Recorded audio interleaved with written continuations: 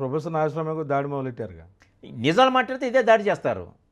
వాస్తవాలు అక్కర్లేదు వీళ్ళకి. ఏంటంటే ఎంతసేపు ఇప్పుడు మన సుగాల ప్రీతి విషయంలో కూడా మొన్న ఛానల్లో చూశాను, ఎవరో పవన్ కళ్యాణ్ డైహార్డ్ అభిమాని కళ్యాణ్ నాయుడు అంట.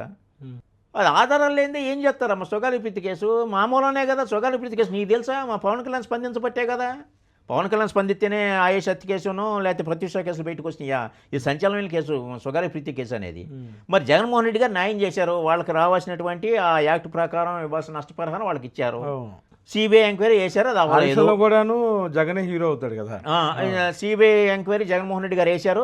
ఇది సిబిఐకి ఉన్న కేసుల దృష్ట్యా కానీ వాళ్ళకు ఉన్నటువంటి స్టాఫ్ దృష్ట్యా కానీ ఇది మర్డరే కాబట్టి ఇది మీరే చూసుకోండి అని చెప్పింది. ఇప్పుడు చంద్రబాబు నాయుడు గారు కూడా కంటి తురుపు చర్యగా సిబిఐకి ఇచ్చారు.